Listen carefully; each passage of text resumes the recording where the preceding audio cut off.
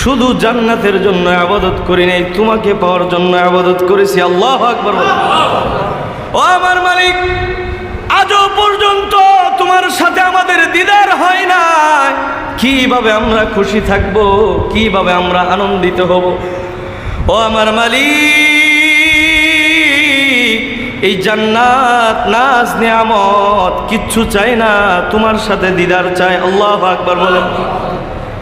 এবার আল্লাহ তাআলা এই কথা শোনার পর বান্দাদেরকে ডেকে বলবে, তোমরা কি আমাকে দেখতে চাও?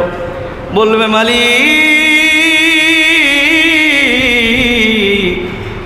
দুনিয়াতে রোজা রেখেছিলাম কষ্ট করে, সারাদিন রোজা রাখার পর শরীরটা ক্লান্ত হয়ে গিয়েছিল, মালিক কণ্ঠনালী শুকিয়ে গিয়েছিল।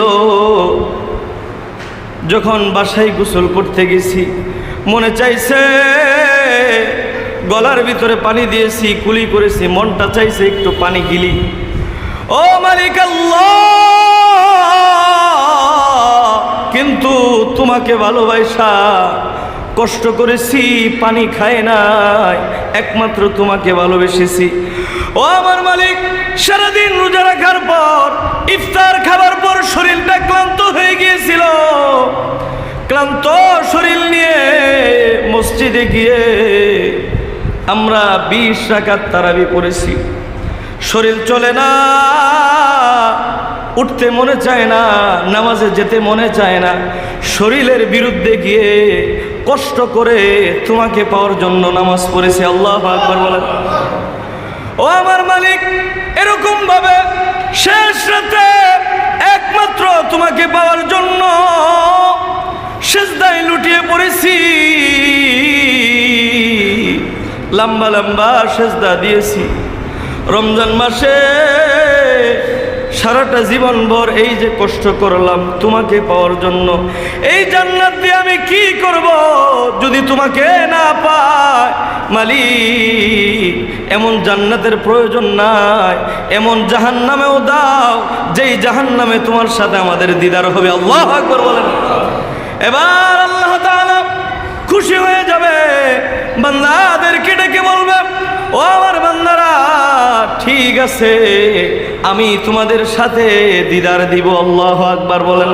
আর আল্লাহ তাআলার আশিক, নবীর আশিক যারা ছিল, যারা বেদাত কাজ করে নাই, ওই রকম বান্দাদেরকে আল্লাহ তাআলা বলবে, ও আমার রোজাদার বান্দা, রায়্যান নামক গেট আছে, এই গেট দিয়ে তোমরা মাকানে সাদেক নামে সুন্দর একটা স্টেজ তৈরি, ওই স্টেজের ভিতরে সামিয়ানার নিচে তোমরা বসে যাও। আল্লাহু আকবার বলেন। সমস্ত নবীর আশিক রোজাদার পাগল পারা হইয়া রায়্যান নামক রোজাদাররা রায়্যান নামক গেট দিয়ে প্রবেশ করবে। জান্নাতের সবচেয়ে দামি সুন্দর গেটের নাম রায়্যান।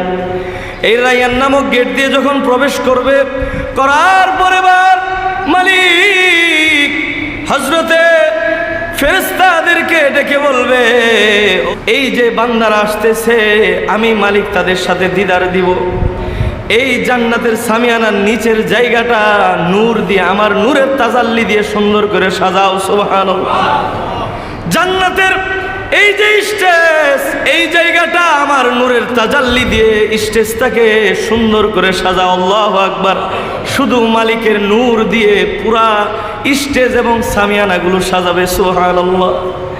এবার সমস্ত নবীর আশিক রোজাদার যখন জান্নাতের ওই রায়্যান নামক গেট দিয়ে প্রবেশ করবে, মাকানে সাদেকের ভিতরে এত সুন্দর আসন দিবেন মালিক, আসন দেখা আল্লাহ তাআলার নূরের তাজাল্লিগুলো দেখা তারা আত্মহারা হয়ে যাবে। সুবহানাল্লাহ। এবার যখন জান্নাতের নিজ নিজ আসনগুলো গ্রহণ করবে, গ্রহণ করার পর এবার আল্লাহ তাআলা সমস্ত আম্বিয়া আলাইহিস সালাতু ওয়াস সালামদেরকে বলবে, আপনারা স্টেজের ভিতরে বসে যান। সুবহানাল্লাহ। স্টেজের ভিতরে সোয়া লক্ষ নবী, তারা সকলে সুন্দরভাবে স্টেজে বসে যাবে। এই সময় আল্লাহ তাআলা আমার আপনার হাবিব হযরতে মুহাম্মদ মুস্তাফা সাল্লাল্লাহু আলাইহি ওয়াসাল্লামকে বলবে, ও আমার হাবিব, এই যে প্রধান অতিথির আসন, এটা আপনার জন্য, আপনি নিজে গ্রহণ করুন। সুবহানাল্লাহ। এবার যখন মাহফিল শুরু হয়ে যাবে, আল্লাহ তাআলা ডেকে বলবে, তাহিয়াতুহুম ইয়াউমা ইয়ালকাউনাহু সালাম। ও আমার বান্দারা, আমি আমার রবের পক্ষ থেকে তোমাদের জন্য সালাম দিলাম। সুবহানাল্লাহ। দুনিয়ার যদি কোনো মানুষ এমপি মন্ত্রীর সালাম পায়, খুশিতে আত্মহারা, তার গরমের ঠেলায় এলাকার মধ্যে চলা যায় না, ঠিক কিনা?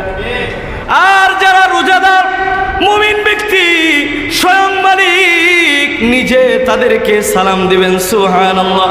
সালামুন কাওলাম মির রাব্বির রহিম, দয়াময় রবের পক্ষ থেকে তোমাদের জন্য সালাম। আল্লাহু আকবার বলেন।